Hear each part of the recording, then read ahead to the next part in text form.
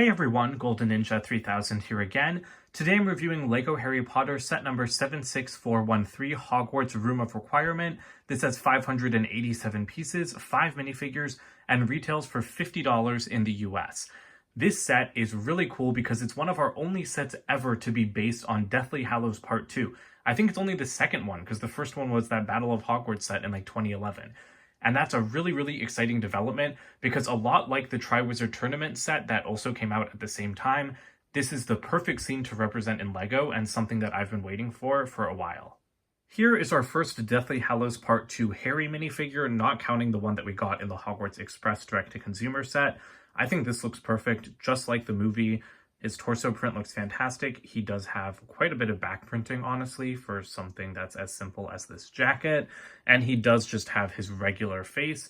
It would have maybe been nice to see new face prints for him, but I mean, these ones definitely work. Hermione also looks great. I think the pink of her jacket on the torso could be a little bit brighter. Like the color matching isn't fantastic, but the design itself is good. She does have the same face print. I would love to see new faces for Hermione. And I think this hairpiece is incorrect because wasn't she wearing a ponytail for the entire Battle of Hogwarts? I don't think that she should have this bushy, wavy hairpiece. We do get Malfoy in this set, of course. I believe the torso print has been used before, but this is a brand new face print, which I really appreciate because I've also been complaining about his face in several of the recent sets. He's just been reusing a Star Wars face. So I'm really glad to see that he gets his own. One thing I would love, though, is if LEGO went back to a tan color for his hair. For platinum blonde characters, LEGO keeps giving them this hair color, and it's just way too yellow. It's too yellow. He should just have tan colored hair like the bricks that are used in the Hogwarts buildings, because that's what LEGO used to do back in 2011. We do have a Blaise Zabini in this set as well. I did complain about him when the set was revealed because I knew that the crab actor had been removed from this scene, because of personal issues in the actor's life. But I thought that it was just Goyle in the movie. I didn't realize that Zabini had taken Crab's place in the movie. So that's on me. I'm sorry for ranting about that because he is in the movie, so it is accurate. I just haven't seen it in a while, so I forgot. Love this figure, though, because I think that face print is brand new, and those are, some severe cheekbones. I really like that print. I always like it when LEGO does cheekbones. And the hairpiece is good as well. My favorite minifigure in this set is the Grey Lady, Helena Ravenclaw, Rowena's daughter.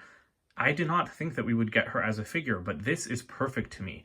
Love the torso print, love the dress print. It's got some metallic silver highlights. I think that face print, it looks good, but I don't know. I feel like she should be smiling a little bit more sadly. To me, this face isn't quite sad enough for how she is in the movie. But she does have a brand new color for Luna Lovegood's hairpiece, which is now done in this light bluish gray. And I really like this figure overall. She does have an angry face on the reverse, which is perfect. The one thing is that we don't get Ron in this set, so it's a little bit odd to not have a full Deathly Hallows Part 2 trio. Because, it really seems like LEGO loves excluding Ron sometimes. But personally, I would rather have the Grey Lady than Ron because this is the only set that the Grey Lady could really come in. And she's a much more interesting figure than Ron would be. So I'm actually not that bothered by it. This is quite a tall set, so it's kind of hard to look at all of it at once.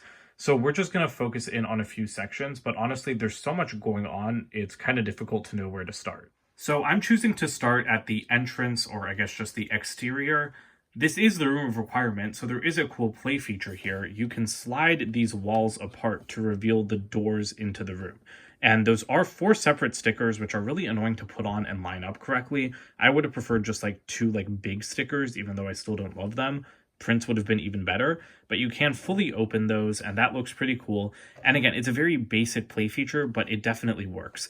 And I do think the exterior is built up really nicely. You've got a nice kind of patchwork stone design, and I like the little archways. And then moving up, the rest of the Room of Requirements exterior section looks really good. We've got wide open spaces, the kind of thing that's the kind of thing we haven't really seen on other Hogwarts sets, and I really do appreciate variety.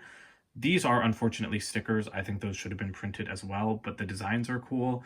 And then I really like this kind of ornate window section in the middle, which just looks perfect. And this thing is so tall, I'm actually just going to remove these sections because this set is modular like all of the newer style Hogwarts sets. The top does look a little bit different to the other stuff, but everything is still like in the same system. You know, this is still 8x16 studs wide. And so you do get these two smaller sections. We're going to take a closer look at this one in just 1 minute. But this is just a roof section. There's like no interior detail or anything, but it is a pretty nicely built roof.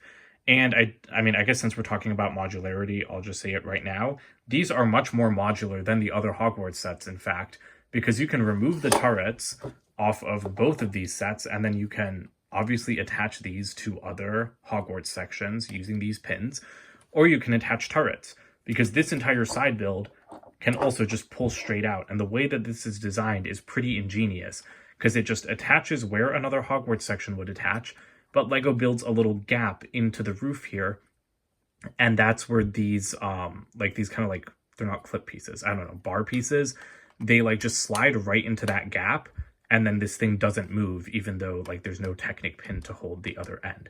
So that's a really smart design, and I actually really like this turret section in general. It's got these newer 3x3 like curly, like ornate gate pieces, which I haven't seen before. I've seen the 4x4 ones, but, or I mean like the 4 stud wide ones, but that is a really nice look. It does have one sticker, but yeah, I really, really like this side build, and I love how creative the designers got with the modularity in this set in general. This section of the castle isn't anything super special. It's got the same basic roof structure as some of the other sets, but again, I really like the big open air window and archways. I want to see more of this kind of architecture in the summer sets, please LEGO, because, you know, the facade of the Hogwarts sets in 2021 were really bad, but LEGO's just been improving them and improving them and improving them ever since. We do have a little sink in here. I'm not sure what this is supposed to be. Like, I don't remember a sink being in this scene, but please like comment below if I'm forgetting something from the movies. And then up top we have a scroll.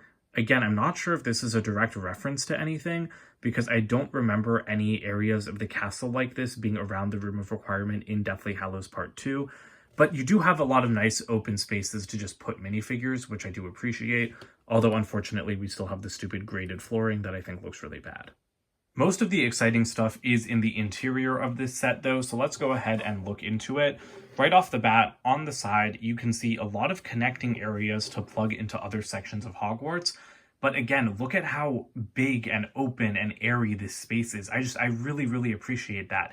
This is such a different Hogwarts set to anything else that we've seen from LEGO ever, really. Like in 2018 and 2021, like it's just very different, and I really, really, really love it. So if we spin this around, you can remove one of these pieces that kind of lock the two halves in, and then you can spread this out to create like a proper big room. And I'm actually going to go ahead and close up those doors there.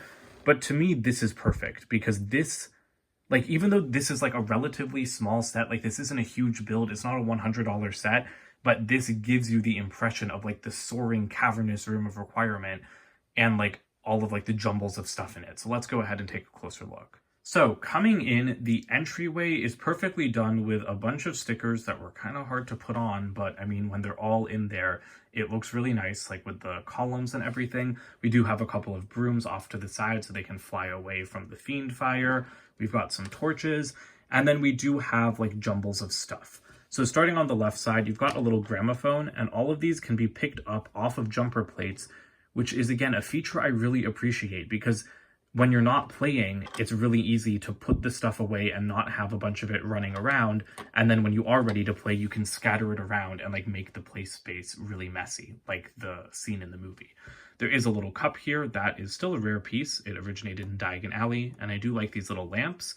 We do have one stack of stuff with a chair on it, and as you can see, it's a little bit delicate because it's so jumbled.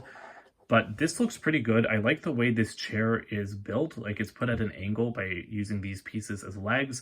And that is Ravenclaw's diadem. I'm not happy about that. It's just a silver tiara piece. I would have really liked a unique mold. I would have loved unique molds or prints for each of the Horcruxes. I would have taken a print over a regular tiara piece, honestly, because it works. But I just feel like LEGO can go above and beyond for the Horcruxes, and I'm a Ravenclaw, and I love the diadem, so I really would have liked to have seen a new LEGO mold for that.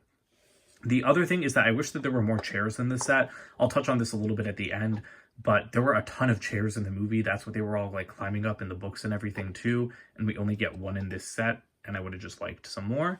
And then the other thing I wanted to talk about in this section is that you do have clear rods, which serve to strengthen the walls, but it also means that you can pose minifigures on here, like when you put them on the broomstick. So I'll try that out at the end of this video.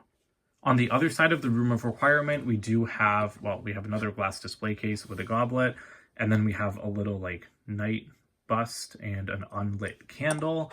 And then we have another little jumbled stack of stuff. This is a little cabinet. There's nothing inside, but you could put the diadem in there because I believe Harry had hidden the Half-Blood Prince's book inside one of these cabinets and then had like put something with the diadem on top of it.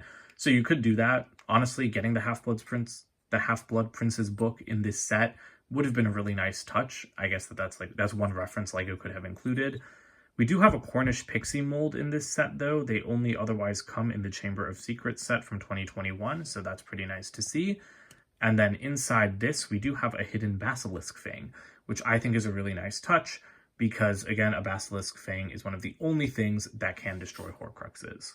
But of course, what destroys Horcruxes in this scene in the movie is the Fiendfyre that Crabbe sets off in the book, and I believe it's Goyle that does it in the movie. And it's like a demonic, out-of-control fire that takes the shape of a bunch of different like creatures that just burns its way through the entire room of requirement. And so LEGO has represented that here with a bunch of orange pieces, and they're meant to be a basilisk because I believe that is what the Fiendfyre looked like in the movie. So you do have a basilisk like head reused from that Chamber of Secrets set. First time it's been reused. No printing. I would have liked to have seen like some eyes or something maybe, but it doesn't really need printing. You know, the idea definitely comes across, and you can just pull out all of these sections, and when you piece them all together, oops, I accidentally left that in there. When you piece these all together, like they show you in the instructions, you can actually make a proper basilisk.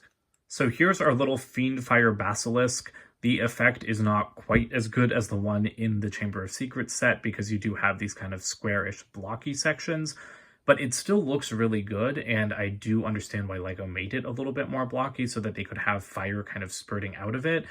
And this is a small thing, but it really goes a long way because it's got articulation. You can open the mouth. You can really make it chase the characters around if you want to. And then for adults like me that want to display it, I love that there are so many different connection points all over this to make it look like the fire's bursting all over the room. Like, this is just really executed perfectly, in my opinion. And I really like that LEGO included this because I think that it's just a great little side build. Okay, so the one thing I did forget to talk about are these little stickers. You've got a Cornish pixie sticker on this side, and then on the other side, you do have a little Phoenix sticker. But other than that, like, you've seen all of the details of the build. Here are the extra pieces. You do have a bunch of extra gray Technic pins if you want to rearrange the modular sections, which I appreciate. The box for this set is like a tall $50 size, and it looks pretty good, but I think it's really funny how they all look so happy on the front of the box while they're trying to escape from this burning room. And then at the back, it does show off the modularity and those little play features. Here's the instruction manual, still with the ugly renders. I know I say it in every review now, but I will keep saying it until LEGO gets better. We do have the house banner decoration back here, or ad, I guess, and then the ad for the other sets here. So this is how I'm going to display my set. I think that this just looks fantastic. It is very much an interior set rather than an exterior set, but this on its own just looks so perfect. I really like that you can attach the minifigure hands to those bars because it does make it look like they're flying through the air. It's like a little bit awkward because they have to reach so far back, but I love it so much. I can't explain it. It looks so good. It looks so good. I've got Malfoy climbing up the little chair stack. The only thing I could ask for more with this set would be more bundles of stuff. I've got 2, but I want more. But like, that's really the only flaw with this set. I don't have anything else to say about it. I think that it's just pretty perfect. The only way this set could be like absolutely 100% perfect is add another stack of chairs, or make those stickers better because those were really annoying to put on, and then include Ron. I do think it's a little bit dirty that Ron's not in this set. But for $50, this is fantastic. I think that it's just so good. And sorry, I forgot to show you what the top of my display looked like, but this is just the configuration that I prefer. And I'm really tempted to not even put this into my display with the rest of my Hogwarts sets because I just want to stare at the interior and have it displayed like this. Speaking of which, I will not be doing a Hogwarts update in March 2023 because there's only this one new set, so I'll just do a summer update with all of the 2023 sets. So I don't think I have anything else to say about this. If you like Deathly Hallows Part 2, if you like Harry Potter, go out and buy this. It's really, really impressed me. I love both of the March 2023 Harry Potter sets so much. So thank you guys for watching. Don't forget to like and subscribe and comment below with your thoughts on this set. And I'll see you guys with more videos soon. Bye for now.